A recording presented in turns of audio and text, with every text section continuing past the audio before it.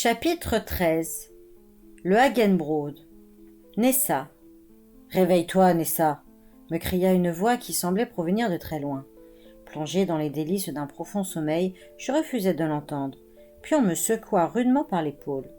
À l'instant où j'ouvris les yeux, je crus qu'un cauchemar m'avait accompagné dans le monde réel. Je me remémorai aussitôt les horreurs auxquelles j'avais assisté devant la porte de Valcarqui et l'affreuse impression de suffocation ressentie quand Slither m'avait soufflé son haleine au visage.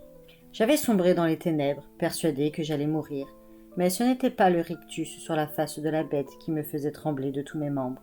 Et si je m'étais ratatiné au coin de mon lit, le cœur battant follement, c'était à cause de ce que je voyais derrière lui. « Tu n'as pas à avoir peur, » me dit Slither de sa voix bourrue. « Pour le moment, tu es en parfaite sécurité. Ce lieu est un refuge pour les mages de Hesda, de passage à Valcarqui. » Haletante, je désignai du doigt l'horrible chose sur le mur.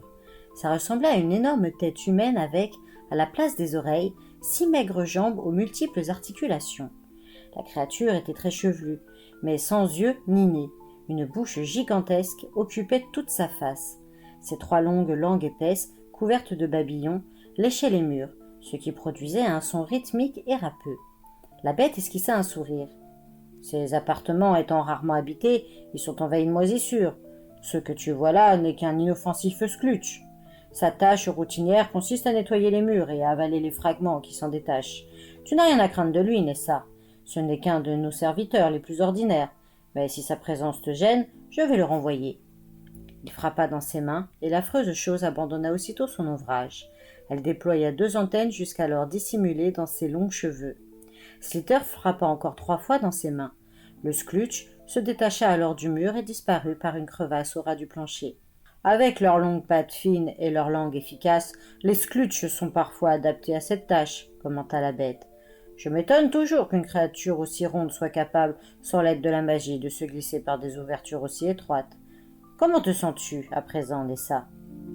La honte me saisit. Je m'étais laissé dominer par mes peurs, oubliant Suzanne et Briony. « Où sont mes sœurs ?» demandai-je en me redressant. « Elles sont en sécurité, mais selon la coutume des Kobalos, elles résident dans des chambres séparées. Je dois me comporter ici comme dans le Koulag. Cela dit, tes sœurs dorment encore. » « Elle n'était pas en sécurité dans la tour. Pourquoi le serait-elle ici ?»« Sois sans crainte, Nessa. Le Koulag était gouverné par un hommage corrompu, qui ne respectait pas la propriété d'autrui. Je peux t'assurer que tout sera différent ici. Nous sommes à Valcarqui, une ville où chacun respecte la loi. » Je secouai la tête, peu convaincu. « J'ai dormi longtemps ?»« Quelques heures, tout au plus. Pendant ce temps, on m'a accordé une audience, et j'ai été douloureusement testé. Néanmoins, cela en valait la peine, car leur décision a été rapide. » Je m'enquis, pleine d'espoir. « Alors, on peut partir ?» « J'aimerais que ce soit aussi simple que ça. Il a été reconnu que je disais la vérité, et le triumvirat était prêt à m'acquitter selon la loi. Mais la confrérie des Sheksa a élevé une objection. Ils ont produit une fausse preuve impossible à réfuter. Ils ont communiqué la dernière pensée de l'assassin que j'ai tué. Ils m'accusent de vol, prétendant que Nunc, le hommage, m'avait généreusement payé l'achat de tes 2 sœurs et de toi. Je ne dis pas que l'assassin ait menti. Il n'a peut-être fait que répéter une information que Nunc lui a donnée. Néanmoins, il n'est plus en vie. Par conséquent, c'est la déclaration trompeuse d'un mourant contre l'honnête parole d'un vivant. » Slither marqua une pause, et je retins mon souffle dans l'attente de ce qui allait suivre.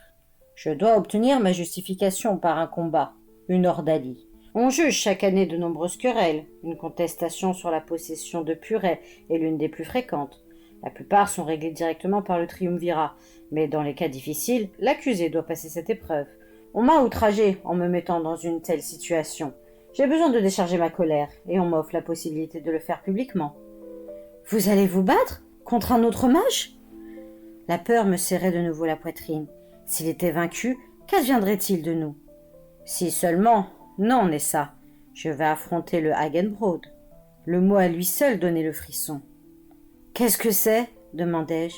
« Une créature comme celle qui bâtisse les murs de la cité ?» Pas exactement. Le Hagenbrode a été spécialement créé par les hommages pour les combats rituels. Il est composé de 3 corps et a été conçu à partir de la chair d'une pura. Partageant un unique esprit, il forme une entité unique. Et vous la vaincrez ? Jusqu'alors, personne n'y a réussi. Où est la justice là-dedans si vous êtes sûr d'être vaincu ? C'est la règle. On nous accorde un mince espoir, et c'est plus honorable que d'être exécuté. D'ailleurs, la victoire n'est pas impossible. Il y a toujours une première fois. Ne sois pas si pessimiste, Nessa. J'eus du mal à poser une question dont je n'étais pas sûre de vouloir entendre la réponse. Si vous mourrez, on nous gardera comme esclaves, ou bien on nous tuera tout de suite? Ne pouvez-vous pas tenir votre promesse à mon père et mettre mes 2 sœurs en sûreté avant le combat? Malheureusement, c'est impossible. Qui les escorterait hors de la cité? Sans moi, elles seront esclaves ou serviront de nourriture. Si je meurs, tu mourras avec moi dans l'arène déchiquetée par les griffes et les dents du Hagenbrod. Je dois te défendre contre cette créature ou périr, et je vais te montrer comment te préparer à ce qui nous attend. Notre situation était inextricable. Malgré la répulsion que m'inspirait Slithers, je savais que ma survie dépendait de lui. Il quitta la chambre un moment, me laissant en compagnie de mes sombres pensées. Puis il revint tenant une longue chaîne et un cadenas. « Approche, m'ordonna-t-il. Je dois placer ceci autour de ton cou. »« Pourquoi » m'insurgeai-je. « Je ne tenterai pas de m'enfuir. Où irai-je? Vous l'avez dit, sans votre protection, je serais tué sur le champ. » Dans Valcarqui, une pura ne peut apparaître en public qu'en présence de son propriétaire, une chaîne autour du cou. Sans cela, on t'emmènerait et n'aurait aucune chance de te récupérer. C'est la loi. Je lui jetai un regard noir, mais je n'avais d'autre choix que de me soumettre. Il entoura mon cou du froid collier de métal qu'il ferma avec le cadenas. Puis, tenant le bout de la chaîne dans sa main gauche, il lui donna une brève secousse, comme pour faire avancer un animal, et désigna la porte. « Maintenant, Pura, je te mène à l'arène. » Il me traîna le long d'une suite sans fin de corridors. Des torches vacillantes en éclairaient certains, mais à d'autres endroits, les murs paraissaient émettre eux-mêmes de la lumière. La plupart des cobalos que nous croisions nous ignoraient. Dans les rares occasions où un regard curieux se posait sur nous, Slither tirait la chaîne, m'obligeant à baisser la tête. Une fois, un cri involontaire m'échappa, et les larmes me montèrent aux yeux. Mais quand nous fûmes de nouveau seuls, la bête se retourna pour me parler à voix basse. « Je n'ai pas tiré fort, Nessa, et le collier est lâche. Certains propriétaires le serrent au point que leur Pura a le visage cramoisi et peut à peine respirer. Sois forte, tu auras besoin de tout ton courage dans l'arène. » Il donna une nouvelle secousse à la chaîne et nous continuâmes d'avancer. La ville était grande, mais si mal éclairée qu'on se serait cru sous terre. Même les espaces extérieurs où nous accédions par les corridors ressemblaient à de vastes grottes. On voyait cependant que les murs lisses n'étaient pas faits de pierres naturelles. Nous traversâmes une sorte de grand marché. Les cobalos recevaient des cuvettes de métal en échange de pièces. Certaines semblaient contenir des racines ou des champignons. Dans d'autres se tortillaient des espèces de vers que les acheteurs se fourraient dans la bouche avec gourmandise. Ce spectacle et l'odeur abominable qui l'accompagnait me donna la nausée. Il y avait aussi de larges cuves. Je compris avec horreur qu'elles étaient emplies de sang fumant. Les cobalos se bousculaient autour. Ils y plongeaient des tasses de métal et buvaient si avidement que le liquide leur dégoulinait sur le menton avant d'éclabousser le sol. Quelle victime avait rempli ces cuves? Valcarqui était un lieu hideux et répugnant. S'il s'étendait jusqu'à recouvrir le monde, ainsi que Slither le prétendait, ils établiraient l'enfer sur terre, remplaçant chaque arbre, chaque fleur, chaque brin d'herbe, chaque bête des prairies par des monstruosités. Il n'y avait pas là que des cobalos. J'apercevais des créatures dont l'aspect me remplissait d'effroi, et même en compagnie de Slither, je ne me sentais pas en sécurité. Elles m'évoquaient d'énormes insectes.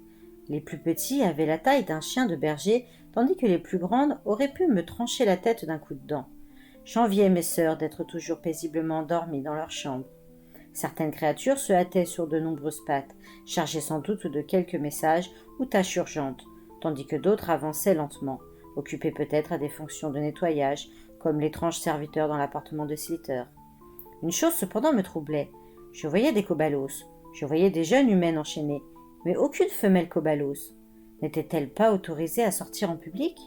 Ou bien leur apparence était-elle similaire à celle des mâles, avec d'épaisses fourrures, des faces bestiales, des mâchoires allongées et des dents pointues, de sorte que je ne les distinguais pas les uns des autres. Nous fîmes de nombreux détours dans ce labyrinthe jusqu'à parvenir devant une volée de marches d'un blanc lumineux. 4 étages plus haut, nous arrivâmes devant un immense portail, assez large pour laisser passer une créature mesurant 10 fois ma taille. « Nous y sommes, Nessa. C'est ici que nous allons triompher ou mourir, » déclara Slither. Il me tira derrière lui. Je me retrouvai sur une plateforme triangulaire, entourée sur ses 3 côtés de gradins au siège vide. « Toute l'arène est faite en scoria, » expliqua Slither. Les Woskor le crachent en monticules qu'ils modèlent ensuite de leurs multiples mains à 9 doigts. « Cette blancheur !» m'écriai-je. « Elle m'éblouit !» La Skoya a de nombreuses teintes. Si celle-ci est blanche, c'est pour que le rouge vif de sang frais se détache mieux dessus. C'est plus excitant. Cet endroit était ignoble. Je ne fis aucun commentaire, mais j'examinai la disposition de la reine. Je remarquai un poteau blanc à chaque angle de la plateforme. Je m'enquis de leur utilité. C'est à ces 3 poteaux que vous serez attachés, tes sœurs et toi. Leur nombre varie, ainsi que la forme de la reine en fonction de chaque jugement. Le Hagenbrod tentera de boire votre sang avant de vous dévorer. Je ferai en sorte de vous sauver toutes les 3. J'en eus l'estomac retourné. Mes sœurs et moi allions périr ici, j'en étais sûre. Tu vois ça ? Sliter désigna une grille circulaire dans le sol au centre de l'arène. Prise d'un affreux pressentiment, je fus parcourue de frissons. Je ne voulais pas regarder cette grille, encore moins m'en approcher. Mais je n'eus pas le choix. Sliter me tira vers elle. Une odeur immonde me sauta aux narines. Je m'arrêtai net, et le collier de fer me serra douloureusement le cou. Sans m'obliger à avancer davantage, Sliter demanda « Qu'est-ce qui ne va pas, Nessa ?»« C'est cette puanteur.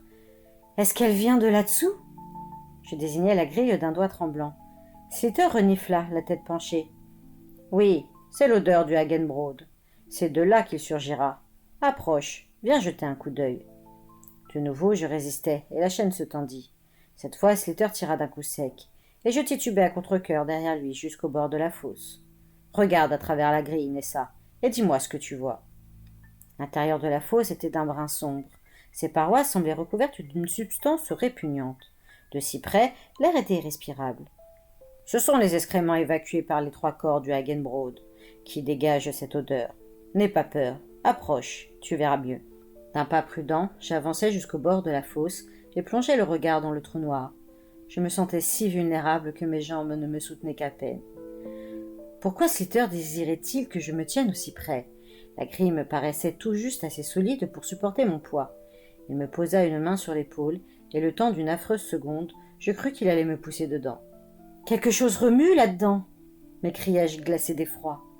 En contrebas, 3 paires d'yeux rougeoyants me fixaient dans l'obscurité. Puis de longs doigts écailleux s'accrochèrent à la grille. La créature secoua les barreaux, visiblement furieuse de ne pas pouvoir enfoncer ses dents dans ma chair. J'aperçus une gueule grondante, des yeux de braise, des oreilles pointues. C'était l'adversaire que nous allions affronter. Mes genoux se mirent à trembler violemment. Sliter n'aurait aucune chance contre ce triple monstre. Mon ravisseur, cependant, ne montrait aucune crainte. Sautant sur la grille, il écrasa les doigts de la créature à coups de botte et gronda entre ses dents. « Dégage, retourne dans tes immondices !»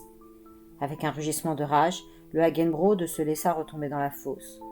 « Ne montre jamais ta peur devant ce genre d'adversaire, Nessa, » me recommanda Sliter. « Tiens-lui tête, qu'il sache à quoi s'attendre dans l'arène. »« Il a l'air si rapide, si féroce, » objectai-je. « Ils sont 3, vous êtes seul, et vous espérez les vaincre ? Personne ne vous aidera. »« Nessa, tu ne m'as pas bien écouté. C'est bien pire que ça, je te l'ai dit. Le Hagenbrod est une seule créature. Un unique esprit dirige les 3 corps et coordonne leurs attaques aussi facilement que je contrôle chacun de mes doigts. » Comme pour appuyer sa démonstration, il leva sa main velue et tambourina contre ma tempe. Il me fit mal, et je lâchai un cri. « Vous serez liés au poteau, et je ne pourrai être qu'à un endroit à la fois, » reprit-il en faisant craquer ses jointures. « Malgré tous mes efforts, je ne réussirai peut-être pas à vous défendre toutes les 3. Bien sûr que je serai seul, c'est la règle. Il ne peut y avoir dans l'arène, face au Hagenbrod, que mes purées et moi. »« En ce cas, ne vous occupez pas de moi, dis-je, défendez mes sœurs. » Bien qu'ayant parlé sans réfléchir, je ne voulus pas me rétracter. Malgré la terreur que m'inspirait le Hagenbrod, je ne supportais pas l'idée de ce qu'il pourrait faire subir à Suzanne et à Briony. « C'est très noble de ta part, petite, mais tout dépendra de la façon dont le Hagenbrod déploiera ses 3 lui. Et si vous prenez l'initiative en l'attaquant le premier ? Je te le redis, Nessa, il y a des règles, je dois m'y conformer. Elles varient d'un jugement à l'autre, en fonction du nombre de purées en jeu.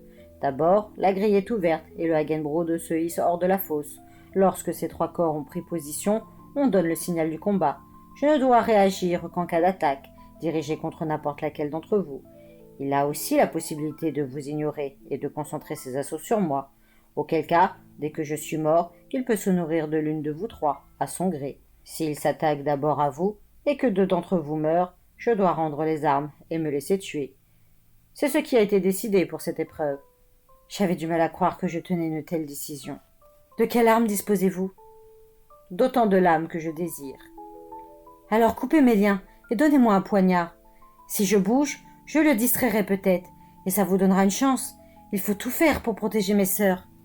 Cette fois encore, les mots m'avaient échappé spontanément. Mais à la réflexion, je trouvais ma proposition judicieuse. Elle donnait à mes sœurs une chance de survie, et mieux valait mourir la dague à la main que liée, impuissante à un poteau. Je lus la stupéfaction sur la face de Sliter. Puis, les sourcils froncés, il semblait examiner cette proposition. « C'est autorisé par le règlement » insistai-je, brisant le silence qui s'était installé. « Rien ne m'interdit de trancher tes liens, » admet-il. « Ton offre est généreuse. Seulement, alors que le Hagenbrod ne peut quitter l'arène, toi, tu le pourras. C'est bien là le piège. Si tu fais ça, l'épreuve sera annulée, et nous y laisserons nos 4 vies. Jusqu'où va ta bravoure, Nessa? Te sens-tu prête à rester sur place quand des griffes et des dents claqueront sous ton nez? Oui, lui assurai-je sans hésiter. C'est un risque à courir. En étais-je sûr? Serais-je réellement assez téméraire pour distraire l'attention de l'effroyable Hagenbrod? Même si tu n'es pas mise en pièces, reprit Sliter, le Hagenbrod est muni de glandes qui sécrètent un venin mortel, l'ulska. Que l'extrémité d'une de ses griffes te perce la peau, et tu seras plongé dans le Kyros, aussi appelé la mort fauve. Ces effets sont affreux à voir, les ressentir est pire encore, et il n'existe pas d'antidote. Sauras-tu soumettre ton faible corps d'humaine à ta volonté, Nessa? Si ta terreur est plus forte, et que tu fuis la reine, nous sommes perdus. Un pas de côté, et c'est la mort. Je pris une profonde inspiration. Oui, je tiendrai le coup. En dépit de l'aversion que m'inspirait Sliter, la situation m'obligeait à m'allier avec lui. Je ne fuirai pas. Je me battrai à vos côtés pour donner à mes sœurs une chance de survivre.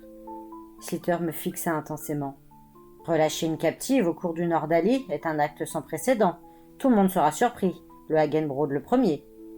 Sur ces mots, il tira sur la chaîne et me ramena à travers Valcarki jusqu'à ses appartements.